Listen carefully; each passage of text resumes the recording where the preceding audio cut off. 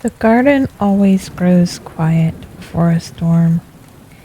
Even the roses seem to know it. The wind has started moving through the hedges. The clematis vine clings to the iron. The lantern's flickering against the rain.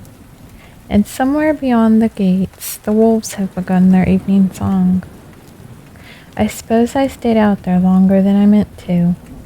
I was just thinking how empty the manor feels on nights like this, when, there you are. The manor has been waiting. Come in, love. Relax with me by the fireside at the manor. Inside the walls, the rooms are warm and the cushions soft. Though I haven't been here, you've been on my mind a lot. We are fixing to start Alice in Wonderland. That's our next read.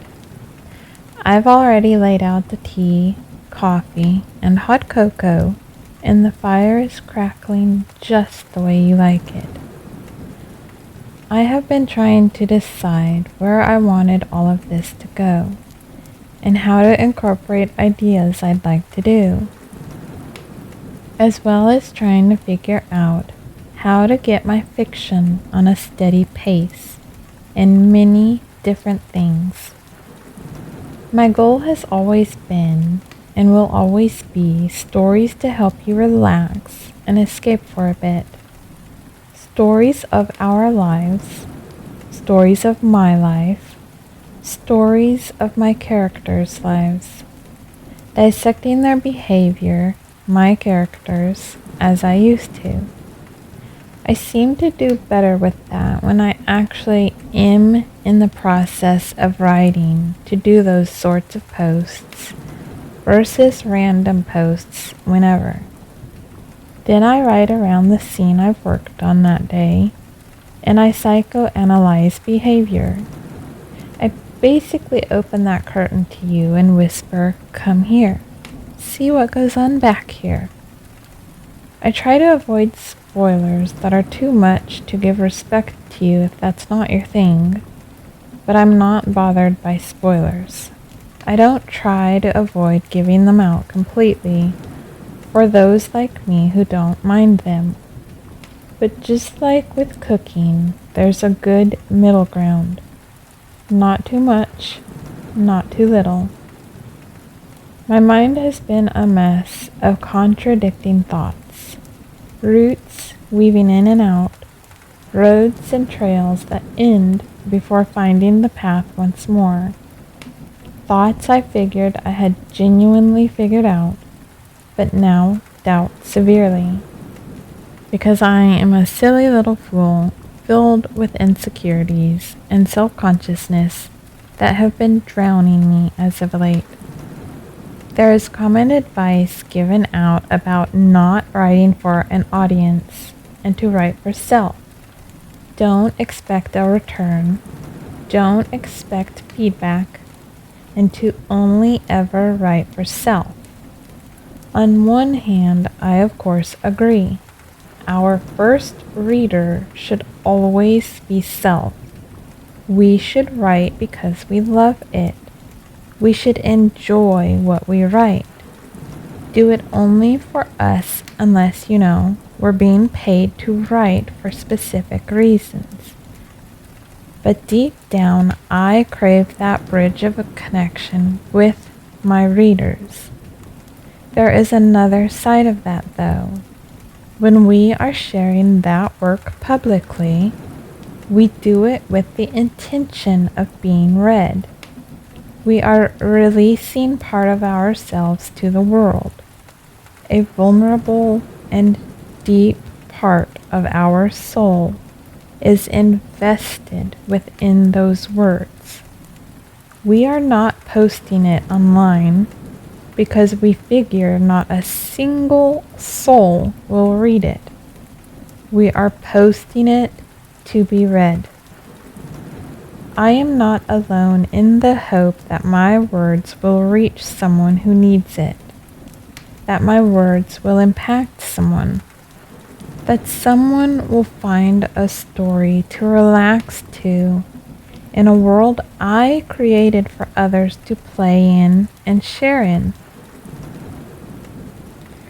That long after I'm gone, maybe my words can still help others, or they can read them and know I'd been here. This was someone you could have known, made you relate in some way. Like authors and poets we read, who created the literature we still read long after their passing. It's a legacy. I don't have kids to do that, and won't have them, which is something I've had to accept over time. Contrary to many who believed otherwise, that was a big dream of mine. The other dream I'm also accepting will never come to pass. The only two things I ever wanted in life I'm accepting will never come to pass for me. So for me, writing is the thing that I have to continue on, to leave behind.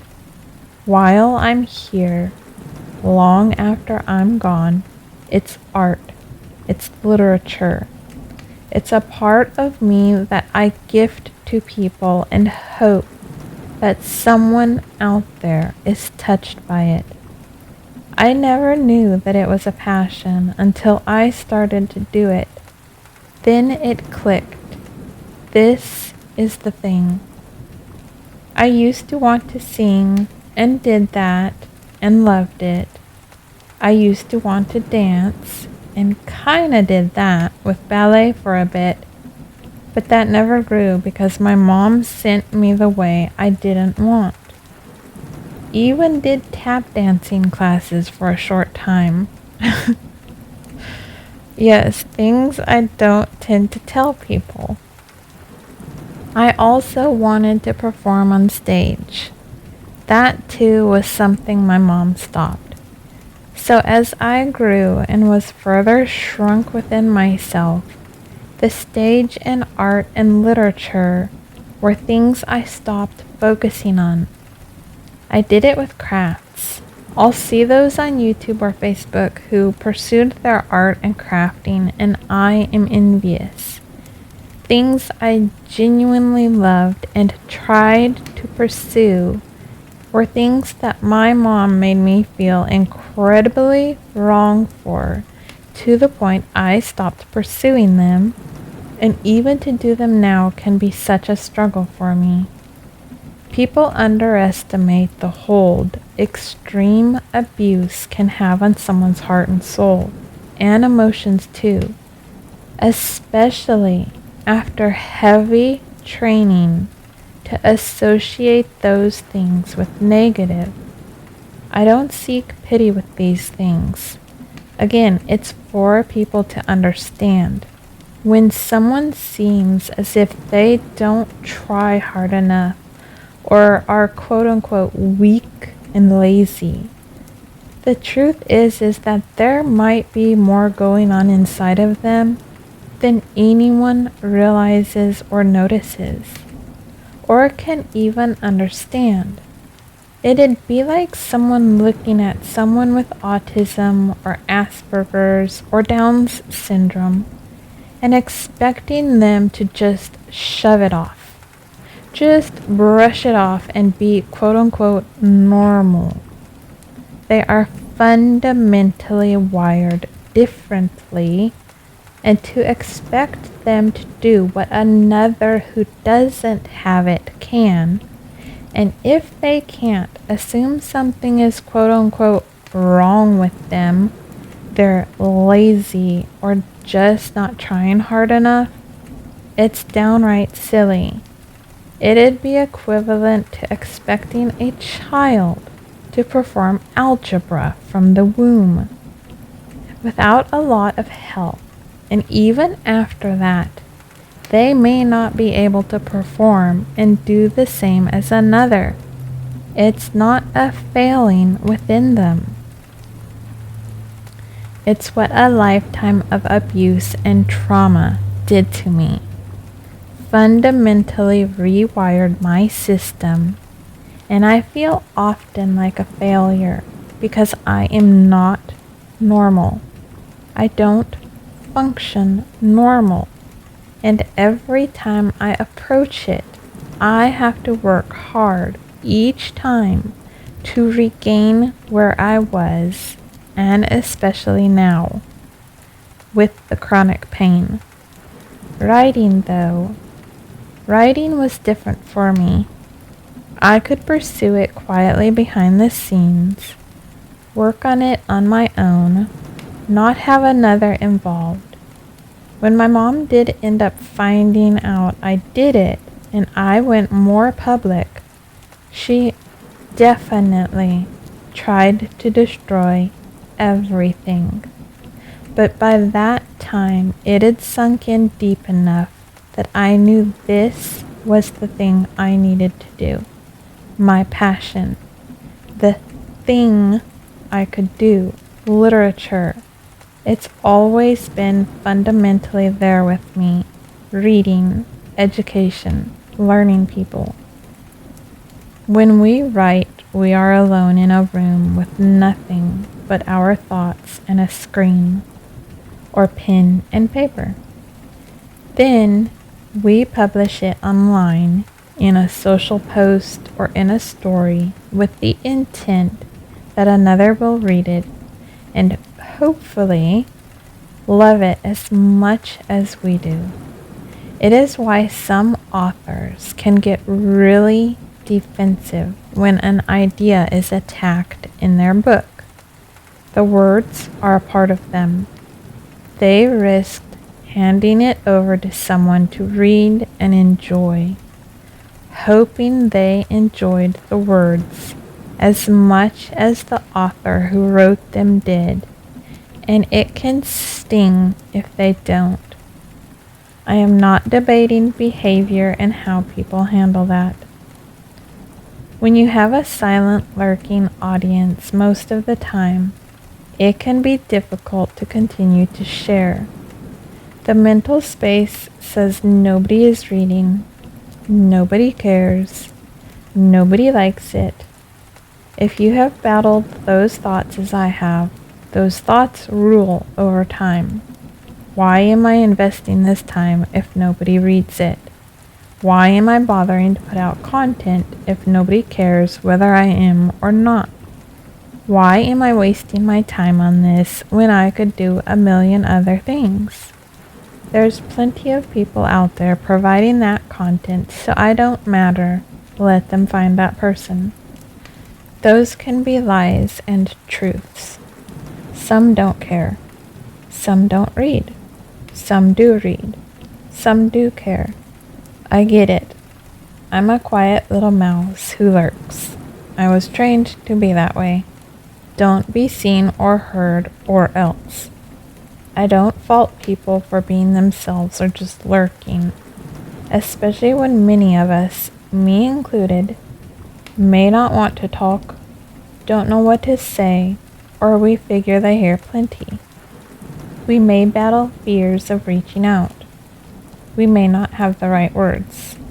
We may feel our words don't matter. Perhaps the person has a lot of messages, so ours won't mean much, or it will be a bother, what have you.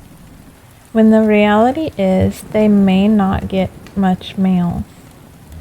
No matter how much I get though, each message and comment means so much to me, even if I don't respond. I enjoy them. They remind me someone is there reading or listening. When I hear someone tell me that something I said put into words what they have been trying to for years, that is what matters. That is what I value. When someone says they loved what I wrote, that my book inspired them to write, or got them through a hospital stay, that matters. Of course, the reality is also that bills and life aren't free. So I charge, leave up donation options, and there's a note on that at the end for those. Like I set up a CashApp since I was asked so much about it last year, if you ever feel inclined to help. Even if all someone says is, "I love your writing and I hope you keep sharing," those small things remind someone I am not out there alone screaming into the void. But then I think of you. You who are like me, who grew up battling wars alone you never should have dealt with. I think of you who feels completely alone right now, and nobody seems to care, who cries alone at night in the dark, because you don't understand why you get hurt and have to heal alone as you always have, why nobody is responding when you reach out, when you need them, when you are screaming for help inside, only for them to turn around and say you never try, you don't care, you changed, and not in a good way, that you are lazy, worthless, pathetic. You shouldn't even be here. I think of you who sits there and wonders why life is so hard. Why does it seem that everyone around you is continuing on while you sit there disconnected and displaced? Why no matter how hard you try and you change and you fit yourself to the world or even do the opposite, it again doesn't seem to be enough. That for whatever reason, you're on the outside looking in, watching life go on without you while you stand still. Why it is that while surrounded by people, you're not seen or heard. When you speak, you're spoken over until you're silenced. Then you're criticized for always being so quiet or never speaking up for self. Then when you do speak up for self, you're slapped, choked, thrown down and screamed at, while being told by the next, "Oh, don't worry about them. They never fight back." So you learn to defend physically, only to hear people say that's what will save you. So when you're harmed, they say you didn't fight hard enough. It's your fault. I expose everything about myself and risk being criticized even more because I know what you feel. I know the exhaustion inside, the pain, the loneliness. I know the dark nights you can't sleep. I know the tears. I know the exhaustion. I know the wanting to give up. I know you just want to have a moment from your thoughts because there's nothing that isn't quote unquote wrong. It isn't that we don't ever feel good or have moments of good, but some are born with a deep sadness or pain, maybe darkness, that we do all in our power not to let it take over. And some days, no matter how many good things we experience or good moments we enjoy, even beneath the laughter, the other side is lurking on the other side of the door, waiting, tapping its finger gently against our mind, saying give in, open that door, let it in. So I write and I publish and I share to create a space to get out of my head and offer you a hand to get out of yours.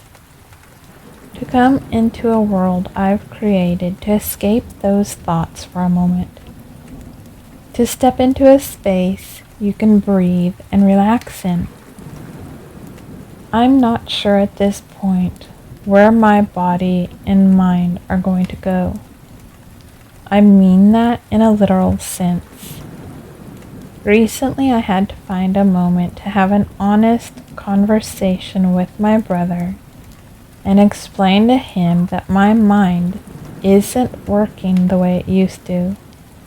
I have a self-awareness within me that always senses things off about me, and I've seen little things come up where I told him I am not having normal memory issues. I had to remind him that our mother and her mother both had struggles too. My grandmother had Alzheimer's. My mom was getting dementia when she passed. I needed him to understand that continuing to rely heavily on me for things was a very big no-no. It is a struggle for me to retain a lot some days when my pain is bad. I think it finally got through to him. We are still working on it. I'm hoping he's beginning to have it sink in. But at this point, I have gathered that I can't really do things how others do, how I used to. I've tried all my life to do what I should, what others wanted, what was right. I started to behave on socials all to not get my career strangled, only to have it strangled. I have tried to fix things and alter things and do the things and be quote-unquote normal. I have not cared, I have cared, I have not worried, I have worried. And now, it's done. We are a world filled with noise to the point people can't keep up, and have grown tired of that. I certainly am. Everyone is about now, now, now. More, more, more. People are filled with noise to work with the algorithm, and over-posting, constant posting, oversharing to the point people are perfectly okay sharing bodily fluids as jokes. Yet when that algorithm shifts, what happens? Oh, you better chase that new line and jump on in there. Run, Forrest, run. Get after that new algorithm to be sure you are seen. Keep that noise level up. Now, I'm not saying you're a bad person or it's wrong for those things. None of this is a criticism toward people or followers of that. If you're happy, if you're doing your thing, you do you. I have been there. I was that girl once. I'm allowed to have an opinion even if someone is against it. Feel free to disagree with me. I'm not your keeper. Where is the social in all of that? People are no longer social. You post online and suddenly everyone is an expert on you and what you deal with. And they put you down left and right, acting like they're high and mighty. Self-righteous, no abilities to disagree or have nuance, black and white. I'm smart, you are stupid. The empathy that once bridged our differences has been replaced by the cold, calculating gaze of an online jury. We hide behind screens, judging lives we haven't lived, casting stones from the safety of our curated bubbles. The nuance of human connection is being sacrificed on the altar of instant judgment, where patience is discarded for the sake of a viral quip. As Seneca once observed, true wisdom lies in the ability to listen, rather than merely waiting for our turn to speak. Yet in this clamor for validation, we have forgotten how to hear one another. The digital arena rewards the loudest voice, not the deepest insight, leaving us in a fractured landscape where consensus is treated as a weakness and curiosity is stifled by the rigid armor of dogma. So, no conversation, no real engagement. My block game will start to be strong again. It is not empowering to allow people to be critical and abusive to us, especially if, like me, you have been severely traumatized. So things like that re-traumatize you and ignite "I am worthless, I shouldn't exist" darkness. Not that comment, but things of that nature. I started to get into my head going, what if they didn't mean it how I interpreted it? What if I was wrong? My mental space was actually put last. How it affected me wasn't as important to me over time. That is dangerous for me. I wish I was joking. My mental space is a very carefully monitored space for me. It always has been. Because things can derail it too easy. And when that darkness rises, the line between the benefits of breathing and not blurs badly. A battle I've fought since I was 16, during the height of my sexual abuse that went on for 10 years at least from that one.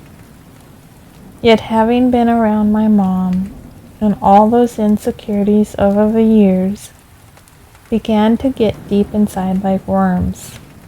Diseased, disgusting worms, multiplying and turning into a swirling, slimy, rotten mess, which only further added to it, because I am beyond sensitive, not quote-unquote sensitive so I crumble when I'm told I'm ugly.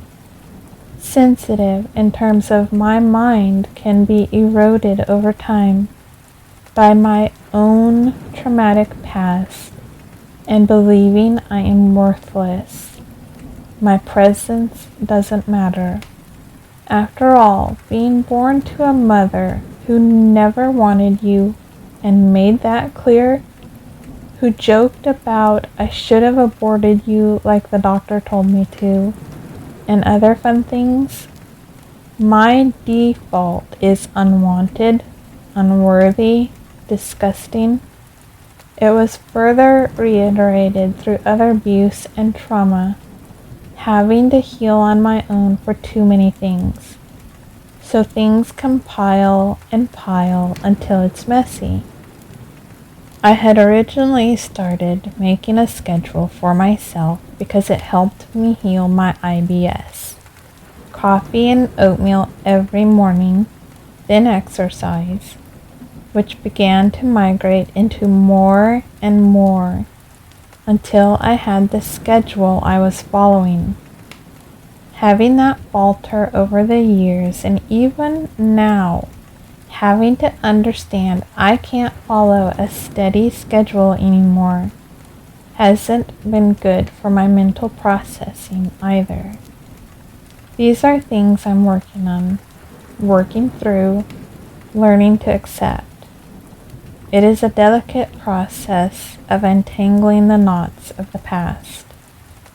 Every day feels like a fragile attempt to rewrite the narrative etched into my bones. That's the thing too about socials and such now. So few truly want to engage. They want to tell us we're wrong. Ensure we respond to do it. People aren't talking with and having a conversation with others. They talk at. They rage bait, provoke, act stupid. I don't want to talk at you. That's how it can feel when I don't get engagement. But I think it's my own fault. So I own that, and I will pay attention to it, and limit myself from people now. I will limit what I do, how I work. I need to do something different. I won't schedule. Once the podcast is back about, it's the only thing I might stick with for a schedule. But if I miss the day or a week, oh well. I would stay up late until I could barely think to sometimes get one out, more often than I'll admit. I won't sacrifice my sleep and mental health for others anymore. Otherwise, my legacy will come sooner than later. True connection requires presence, not just performance. I am going to shift my focus toward intentional, meaningful interactions rather than the endless cycle of chasing algorithms. I went off schedule because the dog who was supposed to pass decided she didn't want to leave us. So I spent many nights and days with very little sleep, a lot of pain, and my brain not working from it. My brother recently finally took her in, which is why this has been on hiatus for so long. During that time, though, I've had so much going on inside of me on what I could do, what to do, and I finally settled on doing whatever the hell I want. If that means chaos, so be it. I'm tired of performing. I'm tired of thinking the only way to do this or that was behaving this way or that way. I gave up fighting the tide of folks who confuse me with the other Kim too. So you'll see my profiles back to Kim, even YouTube. From now on, people want to tag me, mention me, come at me. I don't care. Let them. I'm not going to correct auto assumptions. If someone can't be bothered to notice or pay attention, whatever, that's not my responsibility. Making everyone else happy isn't my responsibility. Ensuring everyone else's mental health is okay, while mine dissolves and is destroyed, is not on me. I will simply block. If that upsets you or them, be upset. It won't change my behavior to protect myself when I am the only one who ever has. Correcting other people when they wrongfully tag me isn't my responsibility. Ensuring people don't confuse me with other people isn't my responsibility. Other people are not my responsibility. Ensuring others are okay isn't on me. I create stories for people to relax. I write stories to provide the same escape they gave me, not because I ran away from life, but because getting to experience another life while mine was chaos and pain, similar as now but in a different way, allowed me a moment to breathe. It is why I have done most of what I have in my life. So to be at my best for those who want my stories, I have to once more get strict with my surroundings, what I take in, how I interact, what I allow near. We are the only one facing the reflection in the mirror, which for some could be extremely strict, but for me it provides balance. To my chaos, I need clarity. To my fire, I need water and earth to temper those flames. And to my rage that's remained in me since I was a child and fueled my workouts, I need to channel it into creation, to work, to release it in a more sustaining method. This is my outlet. They say writing is cathartic, and that for me is it. In the Fast and the Furious movie, there is a character who says he has ADHD, I think. But he tells the Paul Walker character that working on the cars, how he does, calms the stuff inside of him and he can focus. That's what creation is for me. What writing is. Fiction writing specifically. I have spent time and energy wasted at that, trying to fix everything. I have had to carry burdens alone I never should have. I have been made to take responsibility for everyone else's thoughts and opinions and beliefs, and it's not my responsibility. I have not been blessed with people standing between me and the world, and that does something to someone. We aren't responsible for people misreading our content, misunderstanding our words.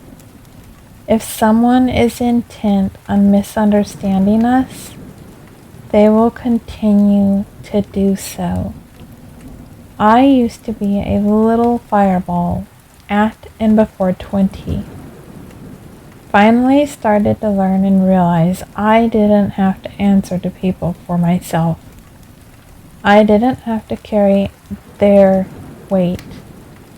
I didn't have to carry their burdens. For many years I was able to hold that. Then I lost my only grounding point in my father, was raped and stalked, my life destroyed, and I had to yet again pick up those pieces all alone, carry weight by myself I shouldn't have had to carry. I was to manage my mom by myself. Alone, I had to carry that pain and take care of her that all made me responsible for, while they enjoyed life and wondered why I, quote-unquote, changed, and, quote-unquote, not in a good way. They failed to see that the change was not a loss of who I was, but a necessary growth of a soul pushed to its absolute limit. As the Latin adage goes, per asperta ad astra, through hardships to the stars. I probably butchered that, sorry. This transformation isn't about becoming someone I'm not, but about refining the essence of who I had to become to endure. I find a quiet clarity in the ruins, a realization that the person I am today is not a departure from the past, but a culmination of every struggle I have weathered. The scars I bear are not marks of defeat, but the intricate map of a journey toward learning who I am at the heart of it, who the soul is who resides deep inside the shell. I want you to say it too. Screw those who made us limit ourselves and shrink ourselves, remaining small for their benefit, remaining hidden so we weren't seen, remaining down in the shadows where it was safer. where I stayed so my mom wouldn't see me. So I was once more told by my own mother to kill myself, and looked down upon, slapped, choked, belted, because I had the audacity to speak up for self and have a sassy mouth, or "you sure think you're special," and so many other criticisms that were essentially "don't be seen or heard, or you will regret it." Those echoes of fear, once so deafening, are gradually softening into whispers, losing their power to dictate the rhythm of my breath. I am reclaiming the voice that was suppressed for so long, learning to articulate the truths I once buried beneath layers of shame. I have been working so hard to re-engage an audience who I should have stopped trying to engage long ago because they don't care enough to pay attention. If you do, this obviously doesn't apply. I am glad you're here. I am glad you pay attention. You are why I do this. But why am I working so hard to say, hey, I exist. Hey, I'm still here. It's again making me responsible for something I don't have to be, I realized. It hit me too that I think people just took me for granted, which saddens me as much as irritates me. I bear some responsibility in that, of course. I grew up with that. I shouldn't have, but it's reality. My father was my grounding point, but I lost him. People accused me of selfishness when I finally stopped putting them first. I ended up with a strong will because I was the only one fighting for me.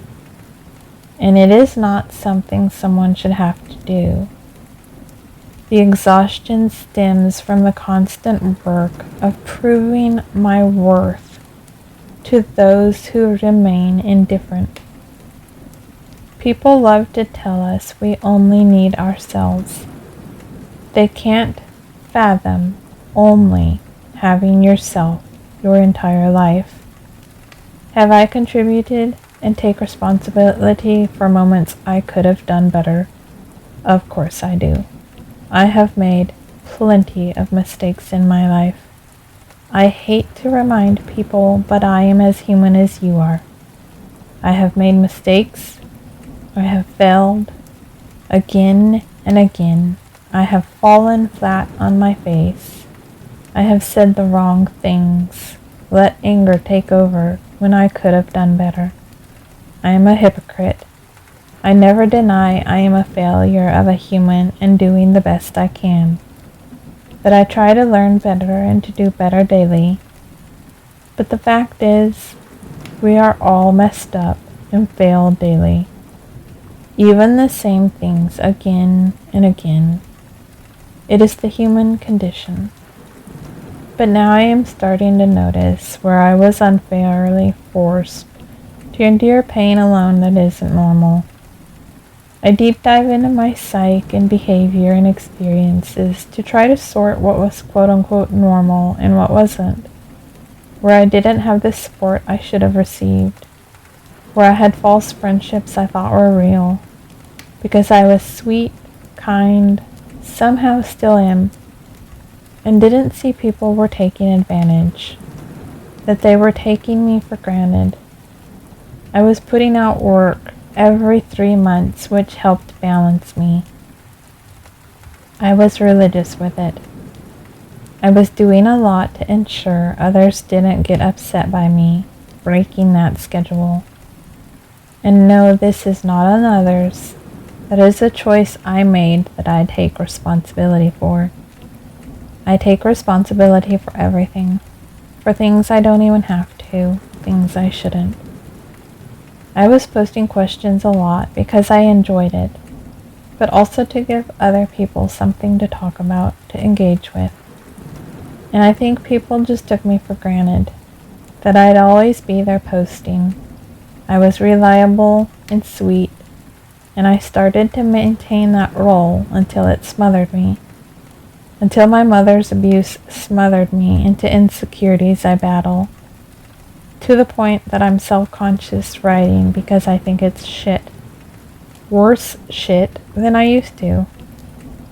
I see all these, this is why you failed. This is why you're not making it. This is why you're not growing your audience. And I'm just done. I've done the things. I've tried the things. I lost my mojo and interest because of it. Because of pain I deal with that makes basic life functioning so hard. Too hard. I'm doing it my way from now on. That's what this is about. I'm going to be bitter, bitchy, mean, sarcastic, sweet, kind. Whatever the hell I feel like that day.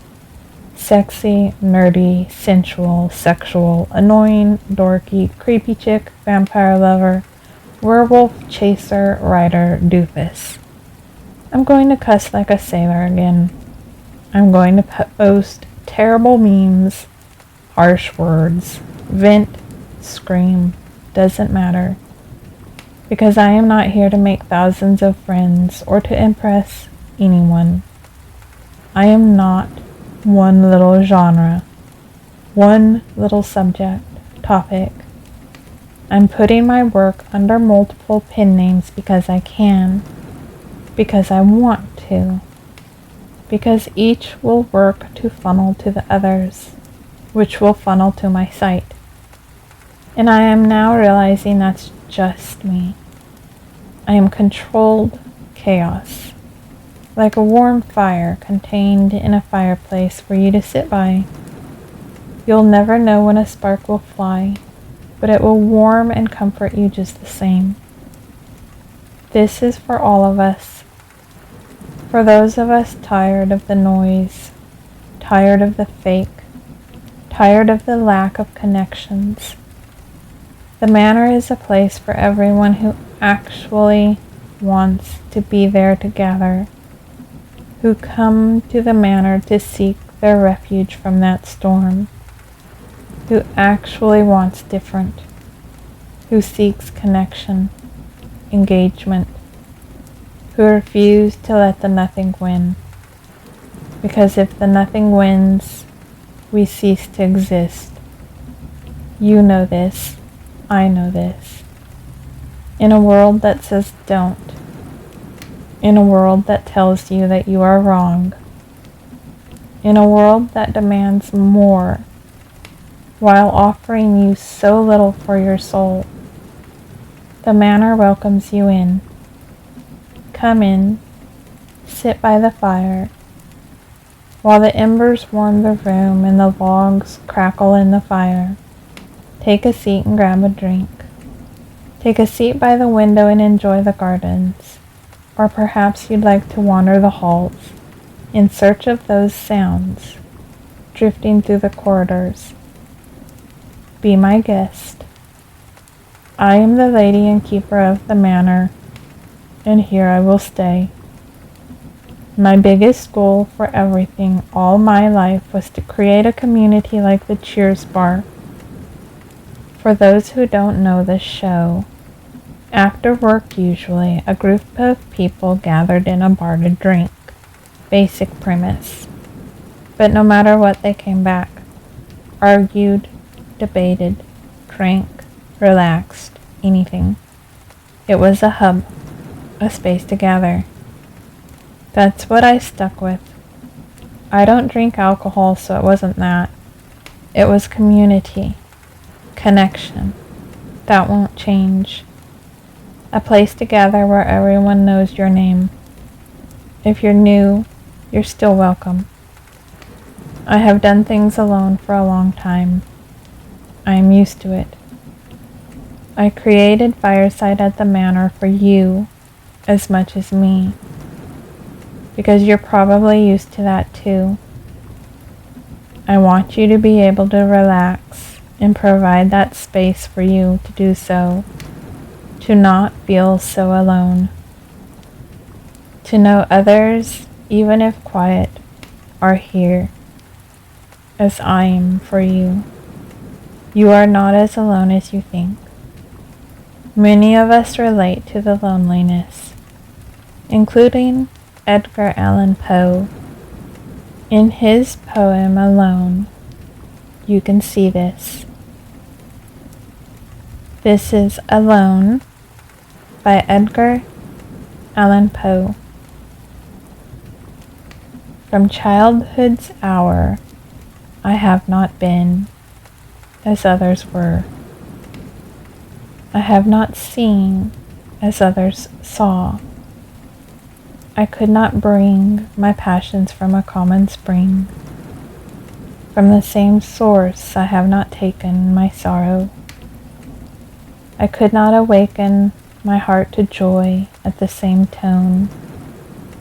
And all I loved alone. Then in my childhood, in the dawn of a most stormy life, was drawn from every depth of good and ill the mystery which binds me still. From the torrent or the fountain, from the red cliff of the mountain, from the sun that round me rolled in its autumn tint of gold, from the lightning in the sky as it passed me flying by, from the thunder and the storm, and the cloud that took the form, when the rest of heaven was blue, of a demon in my view. Alone was written in 1829 and is Poe's intensely personal poem about the childhood isolation that marked him as fundamentally different, seeing the world through a lens no one else shared. Especially in the line, from childhood's hour, I have not been as others were. As with Poe, I never felt the same as children. I always felt different, no matter how many groups I could fit into. It's a similar problem as I've always struggled with, being an outsider. I can fit many things, sure. That doesn't mean I ever feel connected fully to one. I don't say this for pity, because outside of those moments of trauma and abuse that I didn't fully understand until later, I was a happy child. When around my father especially, when we camped, fished, hiked, explored nature, when we went to the zoo, amusement parks, national parks, all over the U.S., went to sports games, horse racing events. It was my balance point until I hit 10. And with that poem, there's this layer of having a secret. When we're different. When we suffer different things or find ourselves having to hold secrets that we shouldn't have to. Survivor's mask is when we grow up with abuse and we learn that truth is a liability. We keep things close to the chest because unspoken feels safe. To finally break free of that and to even do this as you see me do constantly terrifies me. Constantly makes me feel in some way I'm reiterating all those things I was made to feel growing up. Like growing up under an abusive mother for me. Telling people got me into trouble. Being open to others inevitably caused me pain. Nobody wanted to help. And if by some miracle they did, they just didn't. Or they thought they were and only caused me further pain because they'd open up about it to my mother. So I couldn't trust anyone. They do similar things now. This is how to deal with it. This is how to fix it. You're the issue because it keeps happening. Now imagine me as that same little girl holding that little secret. Imagine saying that to a little girl or a little boy. They grow up feeling different, alone, even if it's not those words, but the actions that show them what words aren't saying. You aren't worth it. You aren't worth helping. It can breed a loneliness that goes deep into the soul. You are not wanted. You never were. I read that Poe was 20 when he wrote that.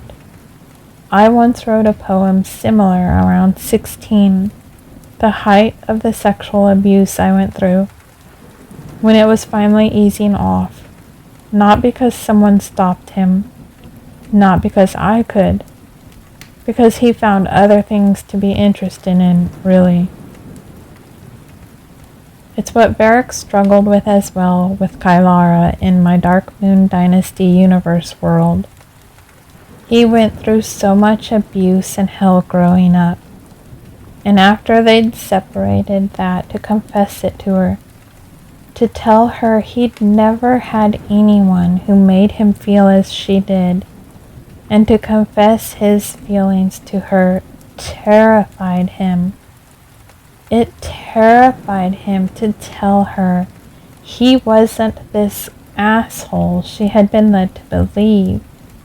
He was that same little boy who grew up with her, who loved her with all his heart, who ached for her every day.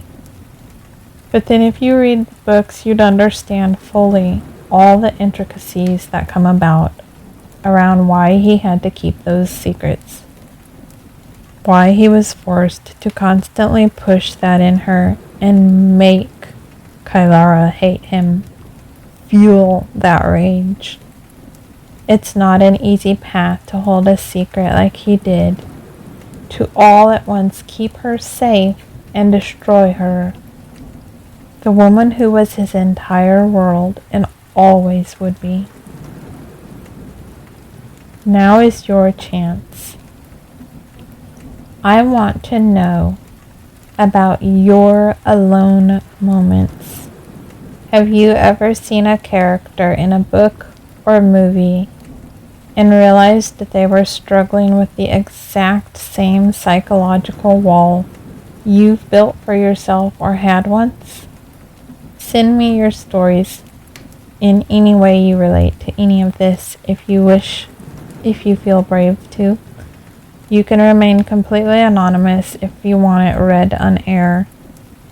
And if by chance you have a few dollars or more to spare and have enjoyed this, want to support it so it can keep going, I set up a Venmo and CashApp account, but there is also PayPal, and I set up a GoFundMe so that we could put the funds directly toward rent, which is currently where any funds go, unless specified otherwise. Truly, even if you only have $5 to spare or 20, everything can help. My Venmo is capital KSI, then lowercase VERS, so it's KSIvers. And my Cash App is the same, except with a dollar bill sign in front of it. GoFundMe link is in the blog for this or the description for the video. PayPal is my email that you see on everything, which is kim@KimberlySueIverson.com. And I still have my coffee account at ko-fi.com/KimberlySueIverson. I know everyone is struggling, so anything you give is appreciated beyond words. You may go if you like now, but there are plenty of rooms in the Manor as well to use if you're not ready to and wish to explore. Just beware the hellhounds who lurk in the shadows, for they are so hungry and you are so tasty.